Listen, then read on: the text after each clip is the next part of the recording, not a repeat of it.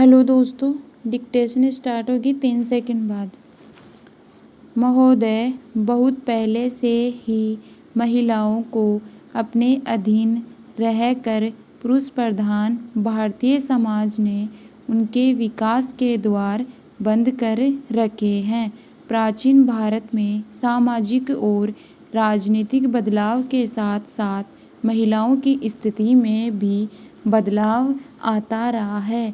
कभी तो यह माना गया है कि जहाँ नारी की पूजा होती है वहाँ देवता रमते हैं, तो कभी उसे ताड़ना का पात्र बनाया गया।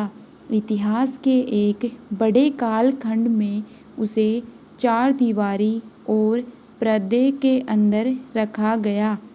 इसके बावजूद जब भी नारी को पर्दे से बाहर आकर दुनिया को देखने व समझने का अवसर दिया गया है, उसने अपनी क्षमता, योग्यता और प्रतिभा का भरपूर प्रदर्शन किया। Para change. भारत को स्वतंत्र हुए 5 दशक पूरे होने जा रहे हैं। स्वतंत्रता प्राप्त करने के बाद महिलाओं के विकास के लिए संविधान में अनेक प्रावधान किए गए हैं, परंतु मात्र नियम कानून बना देने से किसी व्यक्ति या वर्ग में परिवर्तन नहीं आते। इसके लिए व्यवहार और अमल की भी आवश्यकता है, किंतु भारतीय महिलाओं के लिए इसका प्रयोग नहीं किया गया। यूं तो प्रथम योजना काल से ही महिला विकास के छिटपुट प्रयास आरंभ हो गए थे, परंतु हकीकत में सर्वप्रथम छठी योजना के दस्तावेज में महिलाओं के सामाजिक व आर्थिक विकास का अध्ययन जोड़ा गया। इसके बाद महिला विकास की योजनाएं निरंतर क्रियाशील रही, फिर भी भारतीय महिलाओं की स्थिति में अपेक्षित परिवर्तन नहीं लाया जा सकता। Para change. जब भारतीय महिलाओं की तुलना दूसरे देशों की महिलाओं से की जाती है तो हमें बड़े दिलचस्प तथ्यों से साक्षात्कार करना पड़ता है और हम तभी जान पाते हैं कि भारतीय महिलाओं की वास्तविक स्थिति क्या है, यानी बेहद चिंताजनक और दुरूह है, क्योंकि एक अध्ययन से ज्ञात हुआ कि दुनिया के 130 देशों में भारतीय महिलाएं 99वें स्थान पर है। शायद इसका कारण है भारतीय महिलाओं के विकास के मार्ग में अनेक बाधाएं, जैसे शिक्षा के अवसर उपलब्ध न होना। इससे उसका स्वाभिमान, उसकी चिंता शक्ति और उसकी जिजीविका का विकास अवरुद्ध हो गया। इसका प्रमाण है स्वतंत्रता के बाद 48 वर्षों तक कभी शिक्षा में महिलाओं को पुरुषों के बराबर न ला पाना, जबकि दूसरे देशों ने महिलाओं को शिक्षित बनाने में अधिक जोर दिया। हाल ही में नई दिल्ली स्थित भारतीय विश्वविद्यालय संगठन द्वारा प्रकाशित आंकड़े बताते हैं कि हमारे देश की 15 वर्ष से अधिक आयु वाली 34% महिलाएं ही शिक्षा प्राप्त कर सकती है, जबकि स्पेन, इटली व हंगरी की 89 से 94%, श्रीलंका की 85%, चीन की 68%, ईरान की 52% तथा पाकिस्तान की 14% महिलाएं शिक्षित हैं। Para change.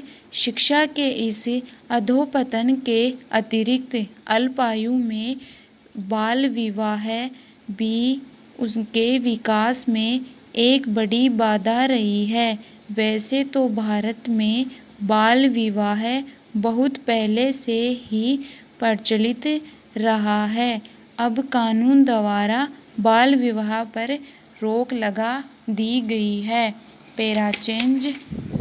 महोदय, राजस्थान, बिहार, मध्य प्रदेश तथा उत्तर प्रदेश जैसे राज्यों में 12 वर्ष से 14 वर्ष की आयु में अबोध बच्चों का विवाह संपन्न होना एक सामान्य सी घटना है। आखा तीज के दिन राजस्थान में छोटे छोटे बच्चों के सामूहिक विवाह की परंपरा किसी से छिपी नहीं है। अल्प आयु में विवाह के कारण अपरिपक्व अवस्था में ही गर्भधारण व प्रजनन कार्य आरंभ हो जाता है।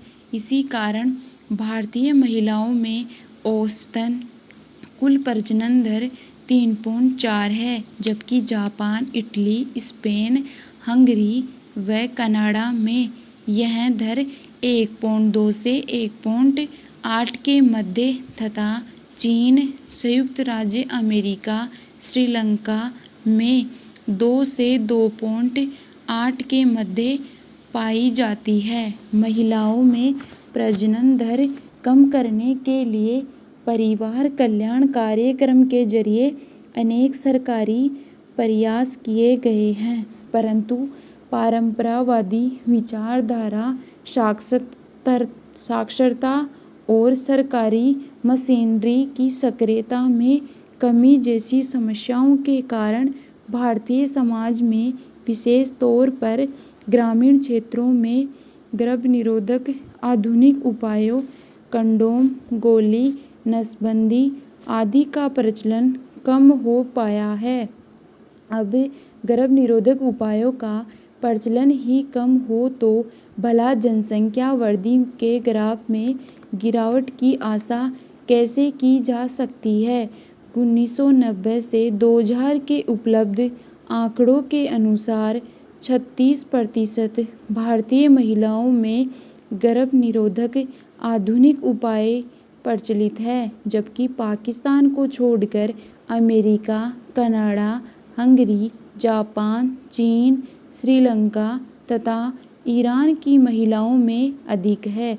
एक अनुमान के अनुसार विवाहित भारतीय महिला के प्रजनन काल का 80% समय बच्चों को जन्म देने व उनको स्तनपान कराने में ही व्यतीत हो जाता है। यह गर्भनिरोधक आधुनिक उपायों के कम प्रचलित होने का ही दुष्परिणाम है।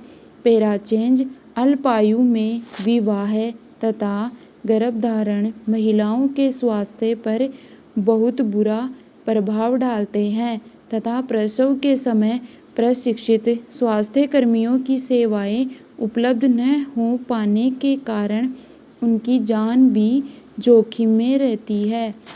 2000 से 2001 के आंकड़ों के अनुसार प्रसव के समय भारत की 33% महिलाओं को ही प्रशिक्षित स्वास्थ्य कर्मियों की सेवाएं मिल पाती है, जबकि अमेरिका, कनाडा, स्पेन, जापान, चीन तथा श्रीलंका की 94 से 100% महिलाओं को प्रसव के समय प्रशिक्षित स्वास्थ्य कर्मियों की सेवाएं मिलती है। इस क्षेत्र में पाकिस्तान की महिलाएं भी भारतीय महिलाओं की तुलना में बेहतर है। ग्रामीण भारत में प्रशिक्षित दाइयां द्वारा परंपरागत विधि द्वारा प्रसव कराए जाते हैं।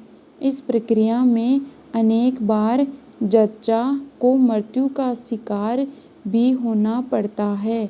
1990 से 2000 के आंकड़ों के अनुसार प्रति लाख प्रसव के समय 460 भारतीय महिलाएं मृत्यु का शिकार हो जाती है, जबकि पाकिस्तान को छोड़कर अन्य देशों में भी यह काफी कम है। यद्यपि भारत में स्वास्थ्य सेवाओं का पर्याप्त प्रसार हो गया है, जिसके परिणाम स्वरूप लोगों के सामान्य स्वास्थ्य में सुधार आया तथा व्यक्ति के जीवन जीने की प्रत्याशा बढ़ी, परंतु वर्तमान मृत्यु दर पर भारतीय बालिका के जीवन जीने की प्रत्याशा 57 वर्ष की है।